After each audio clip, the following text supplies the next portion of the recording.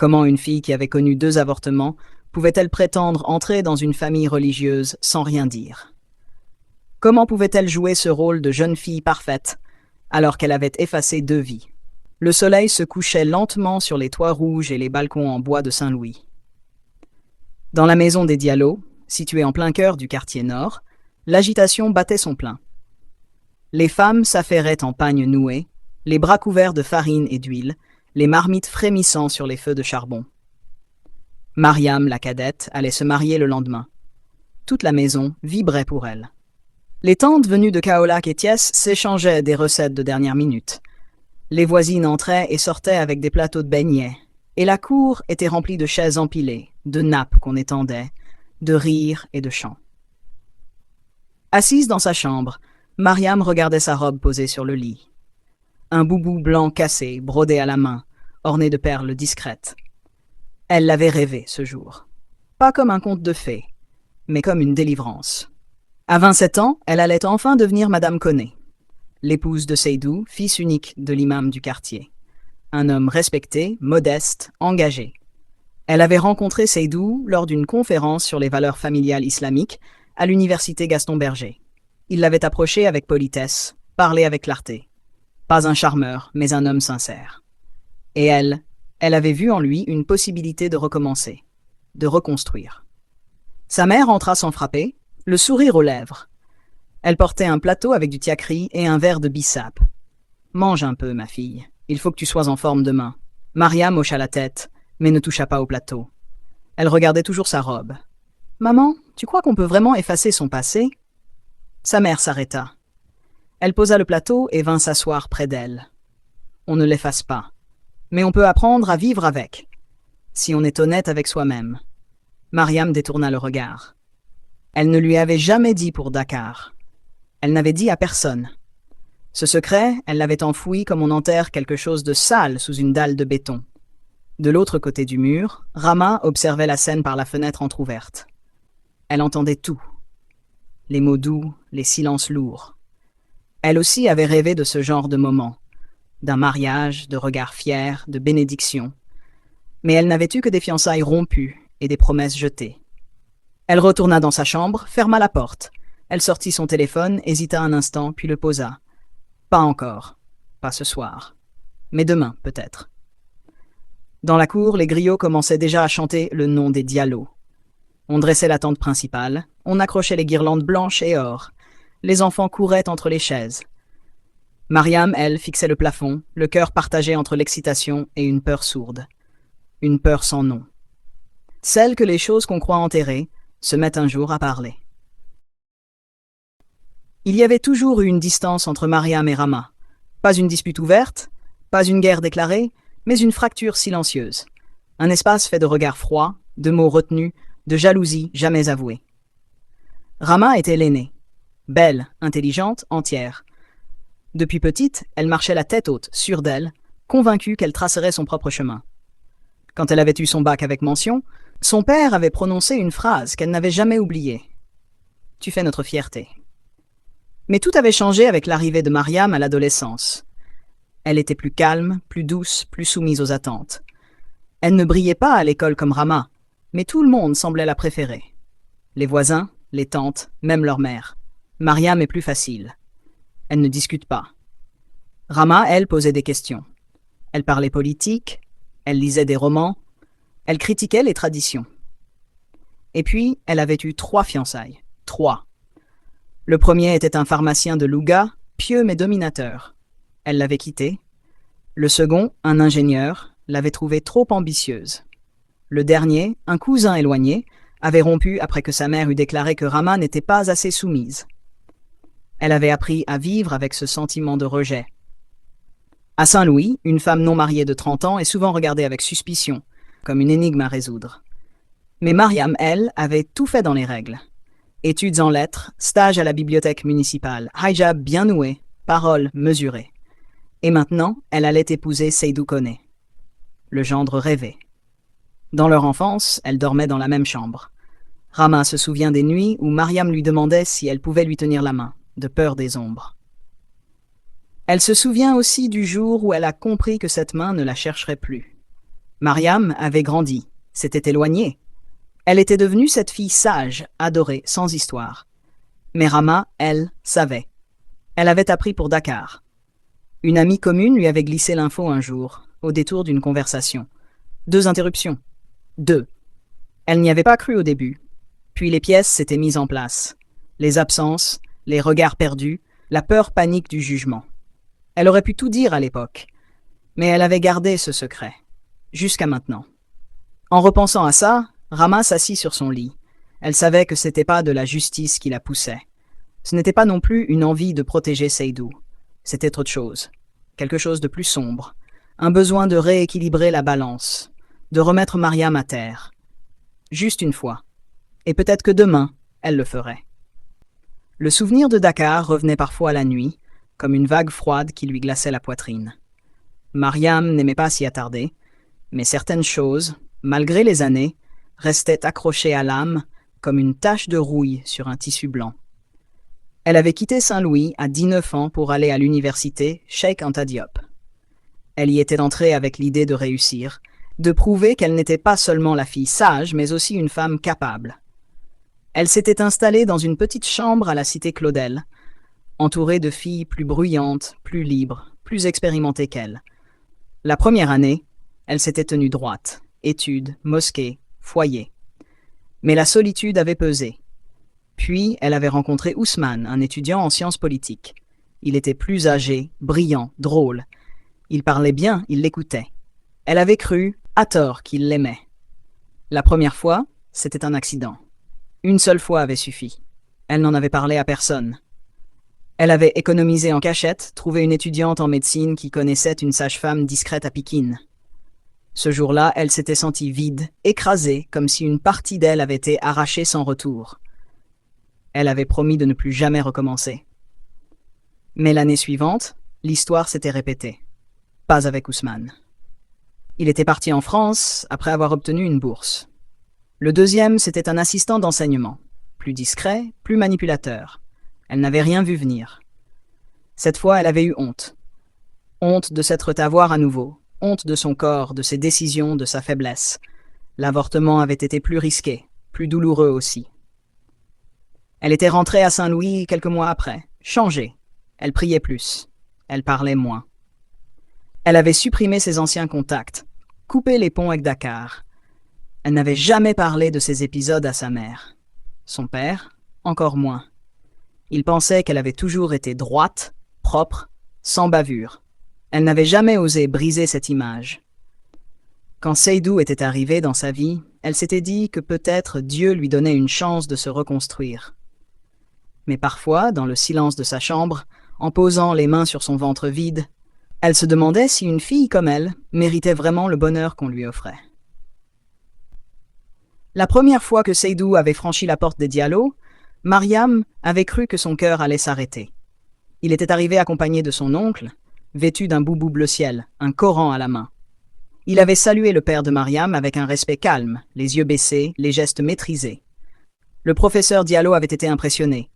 Seydou venait d'une famille religieuse, sérieuse. Fils unique de l'imam Koné, il travaillait dans une association d'éducation islamique. Il était posé sans excès. Mariam n'avait pas osé le regarder trop longtemps. Les jours suivants, il était revenu, cette fois avec sa mère. Il n'était resté qu'un quart d'heure. Tout était clair, sans détour. Nous venons pour des intentions sérieuses. Si votre fille est d'accord, nous irons jusqu'au bout, selon les règles de l'islam. Mariam avait accepté. Elle ne le connaissait pas encore, mais elle avait senti une stabilité chez lui. Une promesse de paix. Et elle avait tellement besoin de paix. Leur rencontre se faisait sous surveillance, dans le salon familial. Des discussions sur l'avenir, la foi, la vie de couple. Il parlait doucement, avec précision. Il avait une vision claire, une épouse pieuse, un foyer équilibré, des enfants bien élevés. Parfois, elle craignait qu'il devine, qu'il sente dans ses silences les choses qu'elle ne disait pas. Une fois, il lui avait dit, presque sans prévenir, « Je suis un homme qui croit aux secondes chances. Mais je n'aime pas les secrets. » Elle avait répondu par un sourire forcé. La vérité s'était alors nouée dans sa gorge. Elle aurait pu lui dire ce jour-là. Mais elle ne l'avait pas fait. Elle n'avait pas osé jeter une pierre dans cette eau encore calme. Les fiançailles avaient été organisées rapidement. Le quartier avait chanté leur nom. Seydou était vue comme un parti idéal. Mariam comme une jeune femme exemplaire. Ce soir-là, après la fête, Rama était restée dans un coin du salon. Elle avait félicité sa sœur avec un sourire figé. Personne n'avait remarqué ses yeux. Personne n'avait vu que ce sourire lui coûtait. Mariam, elle, était montée se coucher tôt. Le henné encore frais sur ses mains, elle avait regardé le plafond, les larmes aux yeux. Elle aurait dû se sentir heureuse, mais ce qu'elle ressentait, c'était une peur froide. Une peur que tout s'écroule, si jamais la vérité remontait. Rama fixait son miroir fendu, assise sur le bord de son lit. Dans la pièce, la lumière du soir filtrait à travers les volets, découpant des ombres nettes sur les murs. Dehors, on entendait les femmes rire, les casseroles s'entrechoquer, les enfants courir dans la cour. La maison vibrait au rythme du mariage à venir. Mais dans sa chambre, tout était figé. Depuis des années, Rama vivait dans un coin de la maison comme une locataire invisible.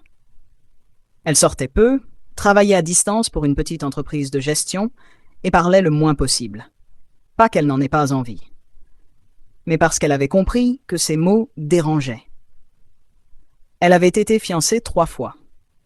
La première, elle avait dit non à un homme qui voulait qu'elle arrête de travailler. La deuxième, elle avait été accusée de trop parler. La troisième, on lui avait reproché son franc-parler et son manque de soumission. Chaque rupture avait laissé une trace. Chaque rupture avait été suivie d'un regard de pitié ou de reproche de la part de sa mère. Tu devrais faire un effort. Les hommes aiment les femmes tranquilles. Et pourtant, Mariam, la discrète, la douce, allait se marier avec Seydou, sans effort apparent. Elle avait toujours su comment se rendre aimable. Elle savait se taire au bon moment, se montrer patiente, sourire juste assez. Même maintenant, alors qu'elle cachait un passé lourd, elle récoltait les fruits d'une réputation soigneusement protégée. Rama n'en pouvait plus de cette injustice. Ce qui la rongeait n'était pas seulement la jalousie, c'était l'incompréhension. Comment une fille qui avait connu 2 avortements pouvait-elle prétendre entrer dans une famille religieuse sans rien dire? Comment pouvait-elle jouer ce rôle de jeune fille parfaite alors qu'elle avait effacé 2 vies? Elle se releva, ouvrit le tiroir de sa commode, sortit son téléphone. L'écran était fissuré, mais fonctionnel. Elle fit défiler ses contacts, puis s'arrêta. Et ça tout connaît. La cousine de Seydou. Une bavarde, mais influente. Rama s'arrêta. Pas encore. Elle voulait être sûre, pas pour le bien de Seydou, pas pour une question de morale, mais pour elle-même. Elle voulait que quelqu'un, un jour, dise tout haut ce que personne n'osait dire. Que Mariam n'était pas aussi parfaite qu'on le croyait. Elle rangea son téléphone. Demain serait le bon moment. Demain, tout le monde verrait. La maison des Diallo s'était réveillée avant le chant du muezzin. Dans la cour, des bassines d'eau chauffaient déjà sur les réchauds. Les vieilles femmes coupaient les légumes et les plus jeunes repassaient les boubous encore froissés. Mariam ouvrit les yeux au son des tambours. La première pensée qui traversa son esprit fut celle d'un rêve. Elle était encore en vie. Le mariage n'était pas un mirage. On lui lava les cheveux, on lui enduisit le corps de henné, puis de lait de coco et de beurre de karité. Elle se laissa faire, docile, silencieuse. Sa mère priait en boucle. Sa tante lisait des sourates près de la fenêtre. Le nom de Mariam revenait dans chaque bouche, chaque bénédiction, chaque chant. Dans la pièce d'à côté, sa robe était suspendue à un cintre, protégée par un voile fin.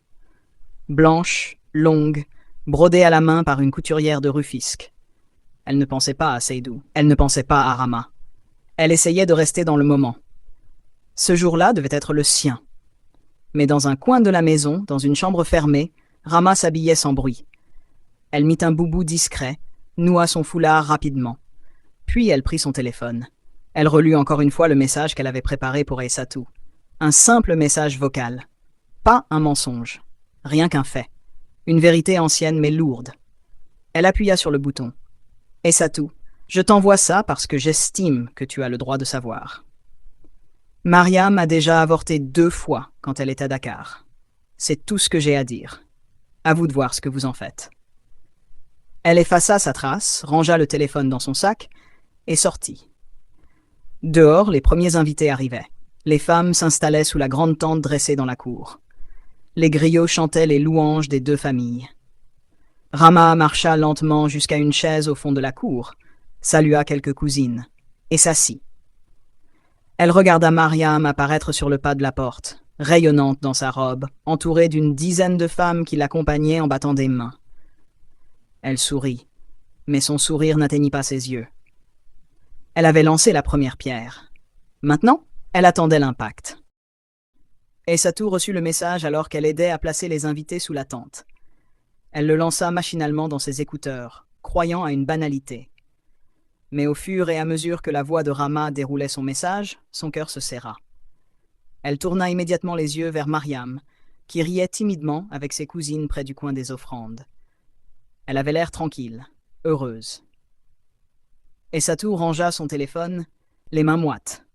Elle se retira discrètement derrière la maison, cherchant un peu de solitude.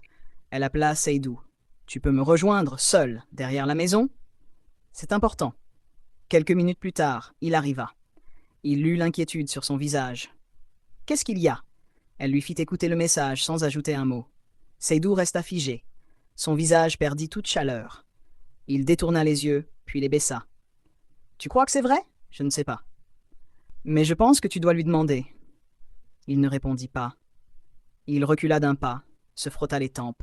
« Mon père doit savoir, murmura-t-il. » Il tourna les talons et partit d'un pas rapide vers la pièce où l'imam Koné attendait, entouré des anciens de la mosquée. Essatou le regarda disparaître, le cœur lourd. Elle n'avait jamais aimé Mariam, mais elle n'avait pas imaginé être l'intermédiaire d'un désastre. Pendant ce temps, dans la cour, les femmes continuaient à chanter. Les plats circulaient, les enfants dansaient. Mariam ne savait rien. Elle souriait encore, entourée, admirée. Mais quelque chose dans l'air avait changé. Une nervosité discrète s'était installée autour des Koné. L'imam s'était levé, avait demandé à parler à Mariam. Quand elle entra dans la petite chambre du fond, elle vit son futur beau-père debout, les bras croisés. « Mariam, je vais te poser une question. Tu dois me répondre avec sincérité. » Elle sentit son estomac se nouer. « As-tu déjà mis fin à une grossesse ?» Le silence qui suivit fut interminable. Mariam baissa les yeux. Elle sentit ses jambes trembler. « Oui, murmura-t-elle. Une fois ? 2. » Le silence tomba comme une lame. « Merci, dit-il simplement. Tu peux retourner dans ta chambre. » Mariam sortit, les mains froides. Elle savait que quelque chose venait de basculer, mais elle ignorait encore jusqu'où. Seydou attendait devant la porte. Il avait le regard fixe, les mains croisées derrière le dos. Quand Mariam sortit, leurs yeux se croisèrent, et elle comprit qu'il savait déjà. Il l'invita à le suivre, sans un mot. Ils entrèrent dans une petite pièce à l'écart, loin des chants, loin des sourires. Mariam s'assit. Seydou resta debout, le regard vers le sol. « Pourquoi tu ne m'as rien dit ?» demanda-t-il sans colère, mais sans chaleur. Elle hésita, puis répondit les yeux humides. « Parce que j'avais peur. Peur de te perdre. Peur de ne pas être acceptée. Peur que tu me juges sans chercher à comprendre. » Il leva enfin les yeux vers elle. « Et tu pensais que le mensonge tiendrait jusqu'à quand ?» C'était pas un mensonge. C'était un silence. Une honte que je traîne depuis des années. Tu aurais dû me le dire. Avant qu'on se tienne devant Dieu, avant que ma famille s'engage. Elle se leva, s'approcha. « Je sais. J'ai fait une erreur. J'ai fait des erreurs. Mais je suis là, devant toi, entière, sincère. Tu veux la vérité, tu l'as. Est-ce que ça compte pour toi aujourd'hui ?» Il recula, la gorge serrée. « Tu es peut-être sincère aujourd'hui. Mais ce que tu as fait… » Il ne termina pas sa phrase. Il tourna les talons et sortit. Mariam resta seule dans la pièce, figée. Le monde autour d'elle s'était rétréci, comme une porte qui se referme. Dehors, l'imam Koné prit place au centre de la cour. Il fit signe aux musiciens d'arrêter. Un à un, les regards se tournèrent vers lui. « Le mariage est annulé », déclara-t-il d'une voix claire. Un silence brutal s'abattit. Personne ne bougea. Puis des chuchotements montèrent. Des têtes se tournèrent vers Mariam, absente. Rama, assise au fond de la cour, baissa lentement les yeux. Elle n'afficha ni satisfaction ni regret. Elle attendait simplement que la poussière retombe. Le silence avait avalé la cour entière. On ne distinguait plus que les battements lents du vent sur la toile blanche de la tente et le cri d'un enfant surpris, quelque part au fond. Le professeur Diallo, père de Mariam, s'était levé d'un bond, les yeux fixés sur l'imam Koné. « Vous dites quoi ? Exactement » demanda-t-il, la voix tremblante. L'imam ne bougea pas. Il reposa calmement le micro qu'un jeune homme lui avait tendu, puis regarda droit devant lui. Je dis que dans les circonstances actuelles, ce mariage ne peut pas avoir lieu. Il n'ajouta rien. Les invités se regardèrent. Certains murmurèrent des prières à voix basse. Une vieille tante de Mariam s'éventait nerveusement, déjà debout. La mère de Mariam se leva précipitamment, ses sandales glissant sur la poussière. Elle entra dans la maison sans un mot. Mariam, elle, était restée près de la porte. Elle n'entendait plus rien. Les visages devenaient flous, les sons étouffés. Elle avançait au ralenti, comme dans un rêve. Elle traversa la cour vide de sens, passa près de Rama sans la regarder. Rama ne dit rien. Elle baissa juste les yeux vers ses genoux. Seydou était introuvable, parti sans un mot. Les griots avaient rangé leurs instruments. Le cuisinier s'éloignait déjà vers la cuisine pour couvrir les plats. Dans la maison, les cris éclatèrent enfin. Une cousine protestait. Une voisine demandait ce qui s'était passé. Mais les anciens, eux, restaient silencieux. Ils avaient compris. Mariam s'enferma dans sa chambre et ferma la porte à clé. Elle s'assit par terre, dos au mur, robe froissée, main tremblante. Elle ne pleura pas. Pas encore. Elle ferma les yeux et revit la chambre de Dakar. La sage-femme au regard dur, les nuits d'angoisse. Elle revit Ousmane, puis l'assistant, puis l'oubli. Et maintenant, c'était revenu. Tout. Exposée au grand jour. Elle n'avait pas été punie par Dieu. Elle avait été exposée par quelqu'un d'autre. Et elle sentait déjà qui. Le lendemain, la maison des Diallo était muette. La tente avait été démontée avant même le lever du jour. Les plats intacts, rangés à la hâte, avaient été redistribués aux voisins en silence. Les griots étaient partis sans demander leur dû. Le quartier parlait déjà. Certains murmuraient avec compassion, d'autres avec mépris. Dans les boutiques, les salons de coiffure, les maisons voisines, le nom de Mariam tournait comme une rumeur savoureuse. La fille du professeur Diallo, celle qui allait épouser le fils de l'imam. Et puis, non. Mariam était restée enfermée dans sa chambre depuis la veille. Elle n'avait pas mangé, pas parlé. Sa robe de mariée pendait encore sur la porte, froissée, abandonnée. Sa mère, de temps à autre, toquait doucement. Elle déposait un bol, puis s'éloignait sans insister. Son père, lui, ne disait rien. Il restait dans la cour, assis sur sa chaise, le regard perdu vers la rue. Ce matin-là, Rama sortit discrètement de sa chambre. Elle traversa le salon sans bruit. Personne ne lui parla. Elle alla dans la cuisine, but un verre d'eau, puis revint s'asseoir au fond de la cour. Elle sentait que la maison était sur le point d'exploser, mais elle ne regrettait rien. C'est Mariam qui avait menti. C'est elle qui avait choisi de cacher son passé. Dans sa chambre, Mariam s'allongea sur le sol. Le carrelage était froid. Elle fixait le plafond, les bras le long du corps. Elle revoyait Seydou, son regard déçu, son silence, sa fuite. Elle revoyait l'imam, les mots nets, tranchants. Le mariage est annulé. Elle avait honte. Elle avait mal. Mais surtout, elle se sentait trahie. L'après-midi, la maison baignait dans une lumière silencieuse, presque irréelle. Les bruits du quartier semblaient lointains, comme filtrés par un mur invisible. Mariam sortit enfin de sa chambre. Elle avait enfilé un simple pagne et un haut temple. Son visage était sans maquillage, sans défense. Elle marcha jusqu'au salon. Rama était là, seule, assise devant la télévision éteinte. Elle tourna légèrement la tête, sans surprise. « Tu savais que ça arriverait, » dit Mariam. Pas comme une question, comme une évidence. Rama ne répondit pas. Elle croisa les bras. « C'est toi qui leur as dit, » continua Mariam. « Ou plutôt, tu as fait en sorte qu'ils sachent. » Rama inspira doucement. « Tu crois vraiment que tu aurais pu leur cacher ça toute ta vie ?» Mariam s'avança. « Ce n'était pas à toi de décider, ce n'était pas ton rôle. Et c'était quoi le tien, de mentir à tout le monde ? De jouer à la femme pure alors que tu caches des morts dans ton ventre ?» Mariam tressaillit. Mais elle resta debout. « J'ai fauté. Je ne le nie pas. J'ai payé. J'ai porté cette honte seule pendant des années.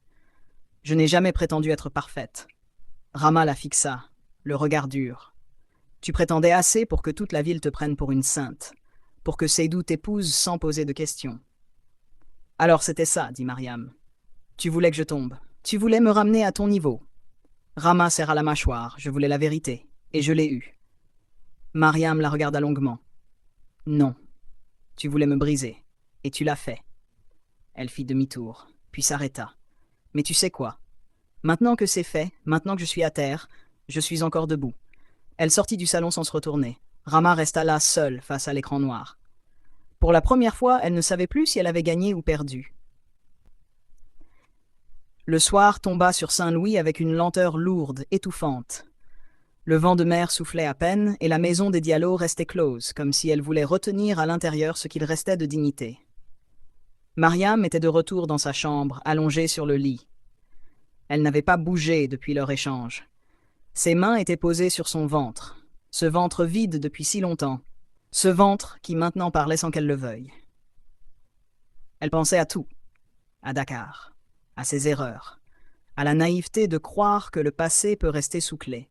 Elle pensait à Seydou, au rêve qu'elle avait construit seule sans lui donner la place d'y entrer avec la vérité en main. Elle regrettait, pas seulement les actes, mais le silence. Elle aurait pu parler. Elle aurait dû. Mais au fond, elle comprenait aussi. La vérité, même bien intentionnée, ne vous sauve pas toujours.